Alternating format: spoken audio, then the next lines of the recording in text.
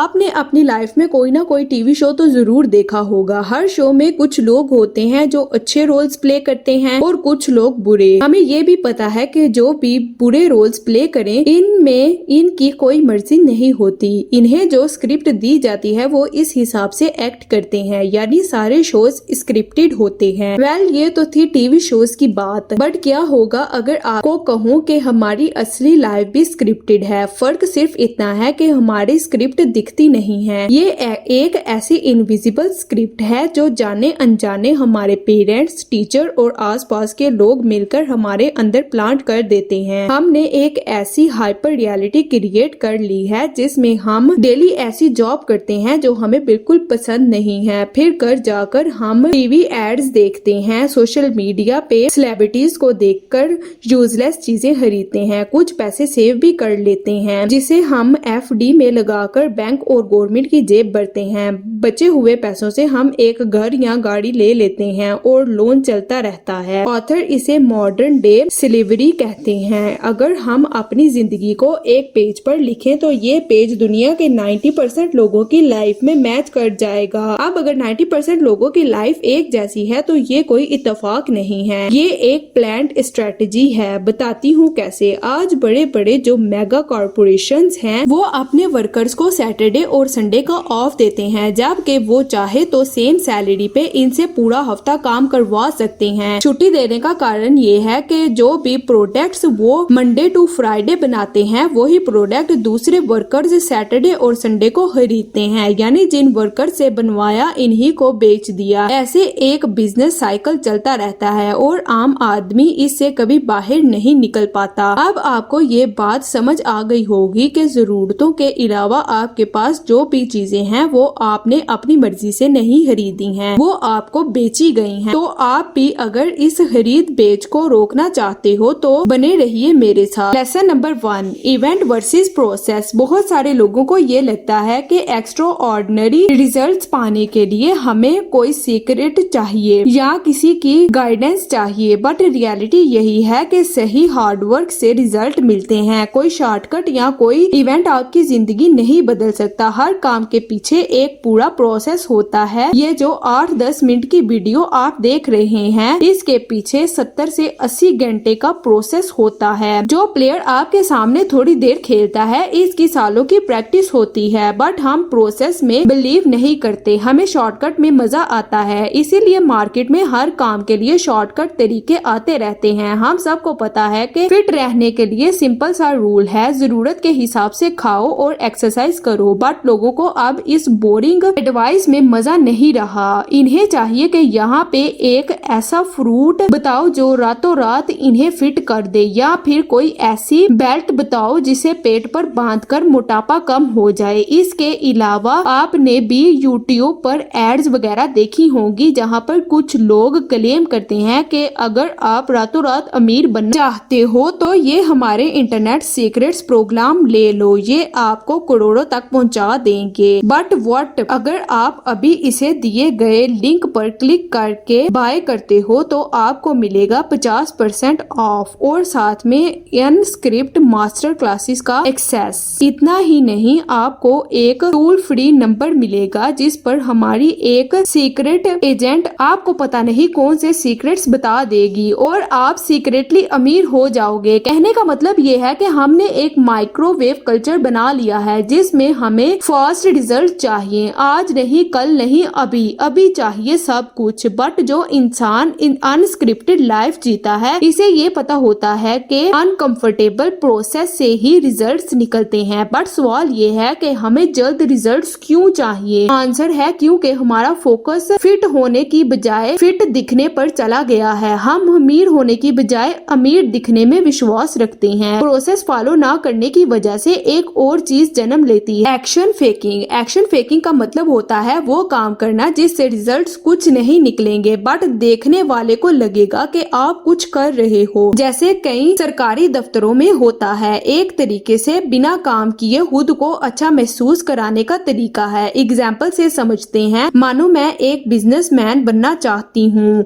अब मैंने क्या किया, एक टेबल लगाया, इस पर एक लैपटॉप रखा और पास वाले मिश्रा जी को बिजनेस कार्ड छपाने का ऑर्डर दे दिया और इस पर बड़ा लिखवा लिया IMCE ऑफ XYZ कंपनी, जिसके पास 0 कस्टमर है और 0 रेवेन्यू। इसे ऑथर एक्शन फेकिंग कहते हैं, जबकि सही रिजल्ट्स एक्शन फेकिंग से नहीं एक्शन टेकिंग से आते हैं। दोनों में फर्क समझते हैं। जिम जाने के लिए नए शूज और नए कपड़े खरीदना एक्शन फेकिंग है, वहीं जो कपड़े और शूज पहले से मौजूद हैं आपके पास, इन्हीं के साथ जिम जाना एक्शन टेकिंग है। अगर आपको YouTube या किसी प्लेटफॉर्म के लिए वीडियो बनानी है तो नए आईफोन का इंतजार करना एक्शन फेकिंग है, और वही जो घर में मौजूद है इसी फोन से वीडियो बनाना एक्शन टेकिंग है। तो याद रखना, एक स्क्रिप्टेड पर्सन एक्शन टेकर बनता है। नंबर 3 है कंज्यूमर वर्सेस प्रोड्यूसर। एक स्क्रिप्टेड लाइफ को फॉलो करने वाला पर्सन कंज्यूमर की तरह जीता है। वो सोचता है कि मैं बस चीजें खरीदता रहूं, इससे क्या फर्क पड़ता है कि मैंने कितनी प्रोडक्शन की है। बट एक अनस्क्रिप्टेड इंसान इतना ही कंज्यूम करता है जितना इसने सोसाइटी के लिए प्रोड्यूस किया है। वो प्रोड्यूस ज्यादा करता है और कंज्यूम कम करता है, यानी जो हमने प्रोड्यूस किया है इसे अगर हम इसमें से वो माइनस कर देते हैं जो हमने कंज्यूम किया है, तो जो बच जाता है वो सेविंग्स हो जाती हैं। ये अनस्क्रिप्टेड आदमी के केस में होता है। बट इससे उल्टा अगर हमारी कंजप्शन ज्यादा हो और प्रोडक्शन कम हो तो दोनों को माइनस करके जो बचता है वो डेबिट यानी कर्ज हो जाता है। डेबिट का मतलब यही होता है कि आपने कमाई से ज्यादा खर्च कर दिया है, और ये एक स्क्रिप्टेड इंसान के केस में होता है। याद रखना, जो भी चीजें आप लोन पर खरीदते हो इसकी पेमेंट कोई और कर रहा है, यानी आपने वो पैसे खर्च कर दिए हैं जो अभी कमाए ही नहीं है। इन फ्यूचर आपको कमा के बैंक को वापिस करोगे। इसका मतलब आप जब तक आपका लोन क्लियर नहीं होता आप अपने लिए नहीं बल्कि बैंक के लिए काम करोगे। इस लेसन का रिजल्ट यही है कि कंजप्शन कम और प्रोडक्शन ज्यादा करो। आप प्रोडक्शन करने के लिए आपको प्रोड्यूसर बनना पड़ेगा। तो चलो समझते हैं इनके अंदर कौन सी क्वालिटीज होती हैं। पहली, लिसन कोड वर्ड्स। देखो, अपॉर्चुनिटीज हर जगह हैं, बस हमें अपॉर्चुनिटी कोड वर्ड्स को सुनने की जरूरत है।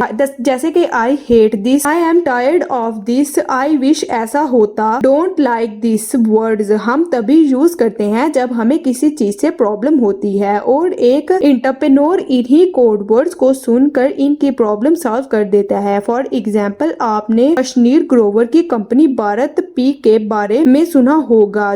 जब वो मार्केट में आई तो पेटीएम और फोन पे जैसे कंपनीज ऑलरेडी मौजूद थी। हर्षनीर ग्रोवर ने क्या किया, इन्होंने जाकर देखा कि दुकानदार को सबसे बड़ी प्रॉब्लम क्या आ रही है। इस टाइम एक शॉप ओनर की सबसे बड़ी प्रॉब्लम ये थी कि जल्द से वो काम हो जाए। इसे ये नहीं चाहिए था कि आज बैंक अकाउंट दो और आराम से 10 दिन बाद QR कोड लगा के जाएंगे। ये दुकानदार के लिए प्रॉब्लम थी और अशनीर के लिए अपॉर्चुनिटी। इन्होंने क्या किया, QR कोड्स का पूरा रोल बनाया। अब वो सिर्फ 5 मिनट में बैंक अकाउंट लिंक करके QRA लगाकर और एक पेमेंट करके दिखाते थे। इससे दुकानदार की प्रॉब्लम सॉल्व हो गई और भारत पी कंपनी जल्द से ग्रो कर गई। तो आपको भी अगर कोई अपॉर्चुनिटी कोड वर्ड मिले तो इसे सुनो और प्रॉब्लम सॉल्व कर दो। 5th है आर्बिट्रेज। आर्बिट्रेज का मतलब है किसी चीज को आपने खरीद के बेच दिया और कुछ मार्जिन अपने पास रख लिया। वैसे तो बहुत तरीके के आर्बिट्रेज होते हैं, बट मेनली 3 तरीके के बारे में हम बात करेंगे। पहला, आर्बिट्रेज ऑफ प्लेस। इसका मतलब है किसी चीज को एक जगह से खरीदना और दूसरी जगह बेच देना जहां सप्लाई की कमी है पर डिमांड बहुत ज्यादा है। जैसे कि राजस्थान से आपने कोई ज्वेलरी खरीदी और इसे बम्बई में सेल कर दिया, यानी कि जब हम 2 अलग अलग लोकेशन का फायदा उठाकर प्रॉफिट निकालते हैं तो इसे आर्बिट्रेज ऑफ प्लेस कहते हैं। सेकंड है आर्बिट्रेज ऑफ प्राइम। इसका मतलब है किसी चीज को एक समय खरीदना और दूसरे समय बेच देना जब इसकी प्राइस बढ़ चुकी है। ऐसा हम गोल्ड जैसी चीजों के साथ कर सकते हैं, यानी आज खरीदा हुआ 50,000 का सोना 5,000 साल बाद आराम से इसी 1000 में सेल हो जाएगा।